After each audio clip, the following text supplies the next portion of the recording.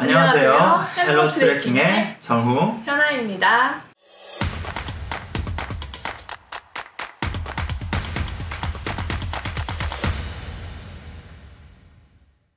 오늘은 옆에 있는 툴레 가이드 포스트 리뷰를 시작해 보려고 해요.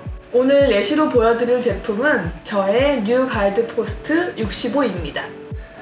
이 가방 같은 경우는 저희가 2019년 2월쯤에 구매를 했고요. 이 가방으로 지리산 종주 2번, 덕유산 종주 1번, 그리고 설악산 종주 1번을 했습니다. 오늘은 저희가 이 가방을 사용하면서 느꼈던 장점 그리고 단점들이 있는데요. 그 부분에 대해서 이야기를 해보도록 하겠습니다. 그럼 사용하면서 느꼈던 장점부터 이야기 보도록 하겠습니다. 첫 번째 장점은 피벗 시스템인데요. 피벗 시스템 같은 경우는 골반의 움직임에 따라 허리 벨트가 움직이면서 전체적으로 밸런스를 잡아주는 기능이에요. 저희가 이 제품을 구입하려고 했던 가장 큰 이유이기도 한데요. 이 기능 때문인지 저희가 등산을 하면서는 허리 부담 자체는 굉장히 많이 줄었던 것 같아요. 여자인 제가 들어도 무게가 분산이 잘 돼서 허리에 부담이 적었던 것 같습니다. 두 번째 장점은 트랜스퍼 시스템입니다. 이 기능은 툴레에서 정말 세심하게 잘 만든 것 같은데요. 우선 어깨끈을 자신의 어깨 너비에 맞게끔 스몰에서 라지까지 조절을 할 수 있고요. 그리고 위아래로 등판 길이도 조절을 할 수 있는데 이거는 벨크로만 떼어내면 자신의 등판 길이에 맞게끔 커스텀할 수 있습니다. 트랜스퍼 시스템을 통해서 자기의 몸에 맞게 커스텀을 하고 난 다음에 이제 피벗 시스템까지 같이 들어가게 되면은 등산을 할 때 굉장히 허리 부담이 더 줄어드는 기분이에요. 그래서 이 기능은 정말 툴레에서 잘 만들었다 할 수 있는 부분인 것 같습니다.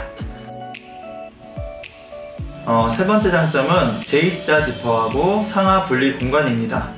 우선 J자 지퍼 같은 경우는 이 가방의 반 이상이 개방되는 기능이에요. 그래서 옆에 보시면은 그렇게 쭉 열게 되면 반대쪽까지 개방이 돼서 물품을 굉장히 쉽게 빼거나 그대로 넣을 수가 있습니다.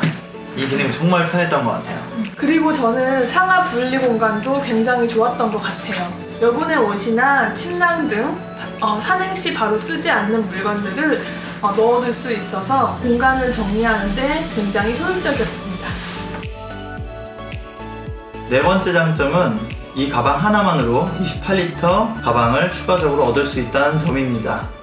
가방 헤드를 이렇게 분리를 하게 되면요,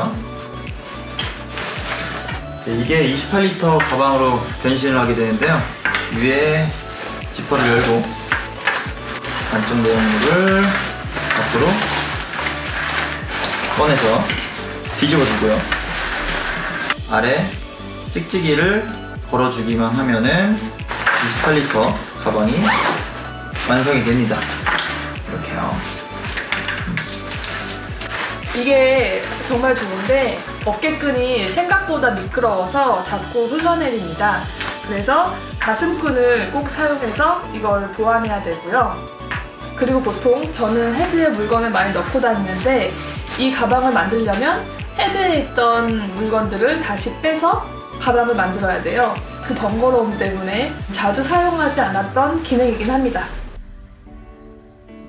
다섯 번째 장점은 충전선을 정리할 수 있는 고리인데요. 저 같은 경우는 왼쪽에 액션캠을 많이 달고 다니기 때문에 줄이 굉장히 주렁주렁 많이 매달려 있는데 툴레 같은 경우는 옆에 선을 정리할 수 있게 이런 고리들이 준비되어 있어가지고 선을 깔끔하게 정리할 수 있습니다.